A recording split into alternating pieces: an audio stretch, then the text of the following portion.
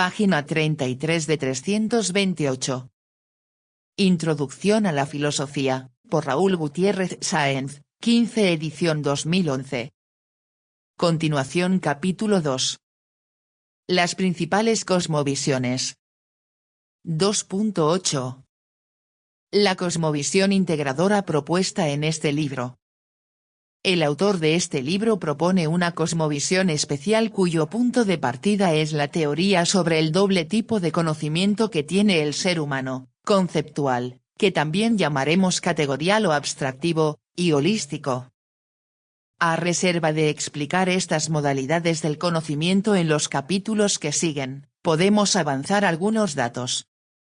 Con el primer tipo de conocimiento, conceptual, el individuo impone sus propias categorías, también llamadas formas, estructuras o gestalt, al dato que recibe por los sentidos. Cuando conoce dentro de esta primera modalidad, lo que en el fondo hace es interpretar la realidad.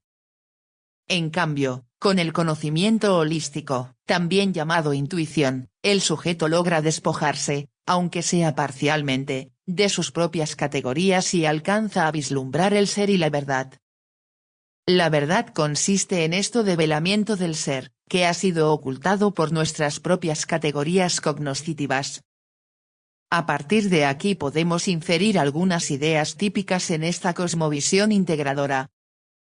La filosofía consiste en una especie de lente por medio de la cual cada sujeto imprime un colorido, un valor, una estructuración especial, positiva o negativa, a las cosas, las personas y las situaciones que vive. Esto se explica con la teoría de la materia y la forma del conocimiento, que es una aplicación del hilemorfismo, ya explicado, de Aristóteles. La materia es el dato recibido del exterior, la forma es la estructura, lente, que el sujeto aplica sin darse cuenta de ello. El fenómeno percibido es la fusión de estos dos elementos, y por lo tanto, contiene ya el colorido aplicado por el sujeto. De esta manera, el acto de conocer se convierte en acto de interpretar la realidad. Cada uno interpreta los objetos de su alrededor según sus propias lentes, que ha adquirido a lo largo de la vida, con la educación, el ambiente y las normas que ha recibido. Cada individuo suele caer en la ilusión de poseer la verdad definitiva. Y, por lo tanto, cuando los demás juzgan las cosas de otra manera, concluye que están equivocados, sin darse cuenta del efecto individualizante que posee su propio mecanismo cognoscitivo. El estudio de la filosofía nos inicia en esta toma de conciencia acerca de la calidad interpretativa de nuestro aparato cognoscitivo. El conocimiento holístico o intuición se consigue cuando un sujeto se despoja, aunque sea en forma parcial y temporal, de las propias estructuras y categorías que normalmente utiliza en su conocimiento conceptual. Podemos mencionar 5 grandes tipos de intuición: la empatía, la experiencia estética, la experiencia axiológica, la experiencia mística y la experiencia creativa. La empatía consiste en captar las categorías utilizadas por un interlocutor. Esto es posible cuando prescindimos de nuestras propias categorías y nos colocamos en los zapatos del otro. La experiencia estética consiste en captar la armonía intrínseca de un objeto.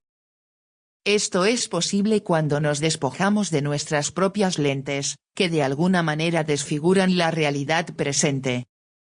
La experiencia axiológica consiste en captar los valores intrínsecos del objeto que se tiene enfrente.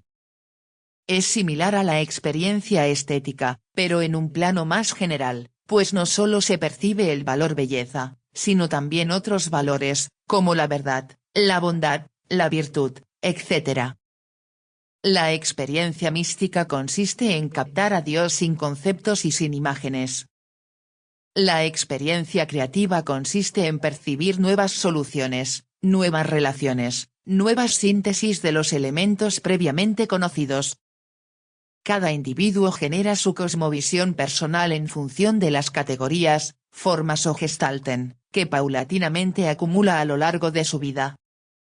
En esa cosmovisión se instalan diversos valores, principios, normas éticas, pautas de conducta y demás elementos que caracterizan a cada individuo. Según sean las categorías asimiladas a lo largo de la vida, así será la cosmovisión de cada individuo. El realismo, el idealismo, el teocentrismo, el pesimismo, la lucha contra las alienaciones y el asentamiento de la propia libertad son el resultado de las formas asimiladas. Cada uno ve las cosas y las personas con sus propias lentes. La filosofía aquí propuesta explica esa diversidad de posturas frente al mundo, es una nueva lente que alcanza a vislumbrar el efecto interpretativo de todas las lentes cognoscitivas, es una lente integradora de las demás posturas. Quien se haga adepto de esta filosofía se vuelve más tolerante y comprensivo con respecto a las diferencias asentadas por los demás. En realidad, no hay enemigos, solo diversidad de puntos de vista. En esto consiste la filosofía integradora aquí propuesta. Una de las principales consecuencias de todo lo anterior es la tesis de que, según sea tu filosofía, así será tu felicidad.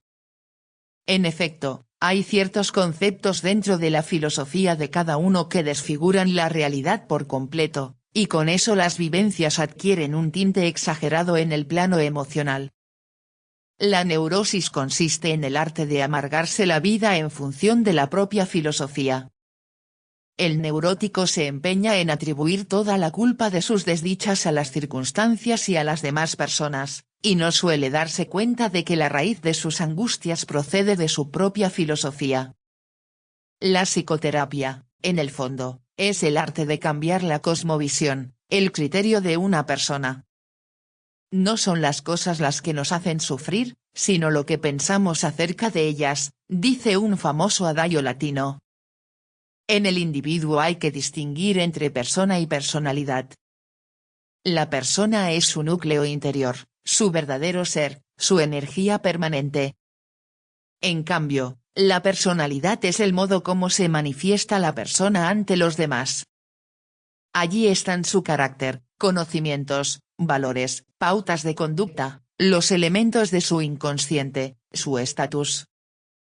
Mucha gente se identifica con las características temporales y frágiles de su personalidad y no llega a captar y valorar su persona propiamente dicha. El estudio de la filosofía ayuda a conseguir este horizonte nuevo, que suele conducir a un incremento de la propia felicidad. Página 35.